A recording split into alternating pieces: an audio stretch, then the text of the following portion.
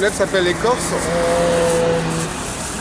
Plutôt que de faire pour commémorer les victimes des attentats du 13 novembre, plutôt que de vouloir faire un monument aux morts, on a plutôt voulu faire un monument à la vie, en quelque sorte. Et pour ça, la figure de l'arbre s'est imposée assez vite, parce que l'arbre, c'est vraiment le symbole de la Renaissance. C'est un symbole qui est partagé dans beaucoup de cultures à travers le monde. Et donc on s'est emparé de ce symbole-là et on a dessiné un arbre dont la première peau, l'écorce, est constituée d'un métal qui s'appelle le cortène, qui est un métal très texturé et qui rappelle un petit peu les souffrances, qui rappelle le drame vécu. Ces lames de cortène se plient comme si l'arbre se fanait en quelque sorte. Et on est là dans une prise de conscience du drame. Mais pour le coup, toutes ces lames créent un ensemble, créent un tronc au centre duquel la nouvelle pousse, une nouvelle pousse en inox brillante qui reflète la vie qui passe devant elle et est en train de renaître. Donc on est sur vraiment une lecture entre ces deux matériaux-là qui composent l'œuvre.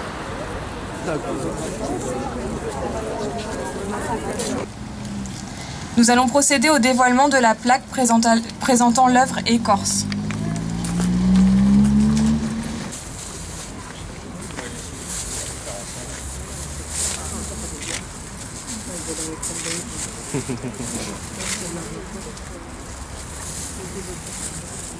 Paris, du 7 au 9 janvier 2015. Baga, 8 janvier 2015. Tripoli, 27 janvier 2015. Nice, 3 février 2015. Peshawar, 13 février 2015. Copenhague, 14 février 2015.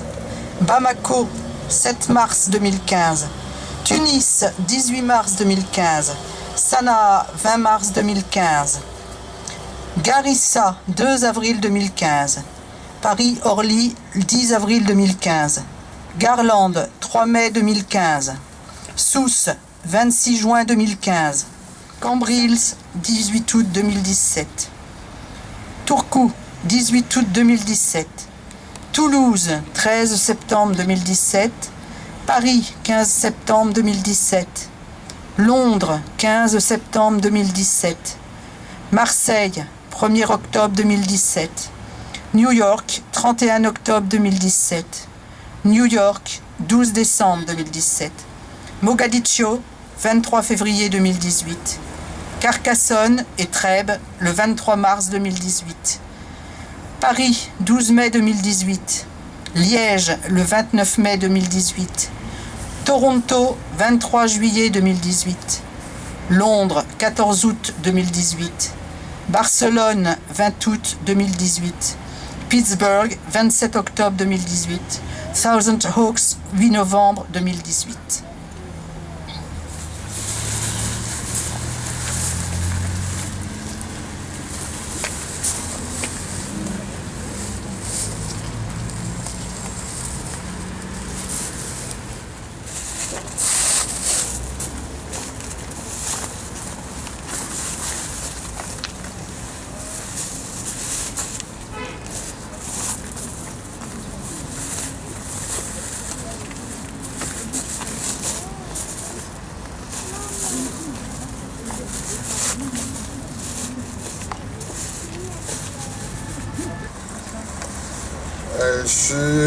Je crois qu'on est tous extrêmement troublés par cette liste interminable de noms de villes qui ont subi des attentats.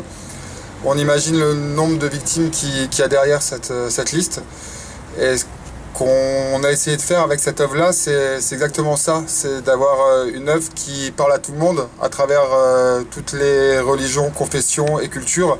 Pour ça, on a pris la culture la figure de l'arbre, symbole de renaissance qui est partagé à travers toutes les cultures du monde. Cet arbre, il est constitué d'une peau en cortène, qui est cet acier que vous voyez rouillé, qui marque et qui symbolise toutes ces souffrances subies. Cette peau va continuer à rouiller, à se transformer au fur et à mesure des années et à symboliser ces exactions. Ces lames de cortène sont soudées et créent une écorce, au centre duquel pousse une nouvelle pousse en inox brillante qui, elle, reflète la vie qui passe devant elle et qui est ce symbole de résurgence. 3 ans après les attentats du Bataclan, nous devons nous souvenir et agir pour la prévention, le droit des humains et la promotion de logique de paix.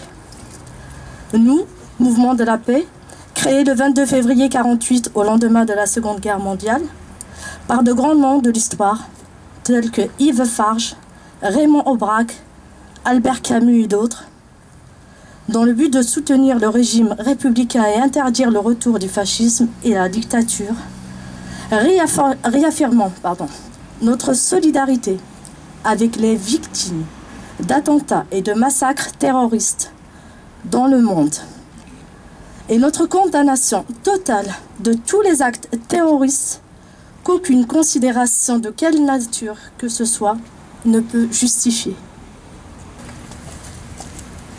Ils étaient 13 de notre clan dans cet enfer du Bataclan. Ce vendredi 13 novembre de l'an 2015, tous à ramper, à courir, à se cacher pour échapper au massacre et prier pour ne pas mourir. 2015, année de violence, l'univers est en guerre. Le monde compte ses morts par centaines et ses blessés par milliers. Londres, Copenhague, Bruxelles, Barcelone, New York, Nice, Paris.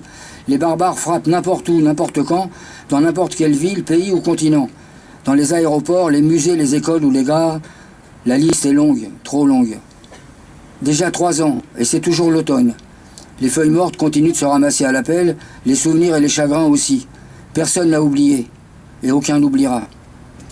Dans une société à la recherche de sens, les religions conservent toute leur place. Et je remercie très chaleureusement tous leurs représentants présents ici ce soir. Parce qu'elle se dresse vers le ciel, cette œuvre est aussi un appel au savoir, qui est infini.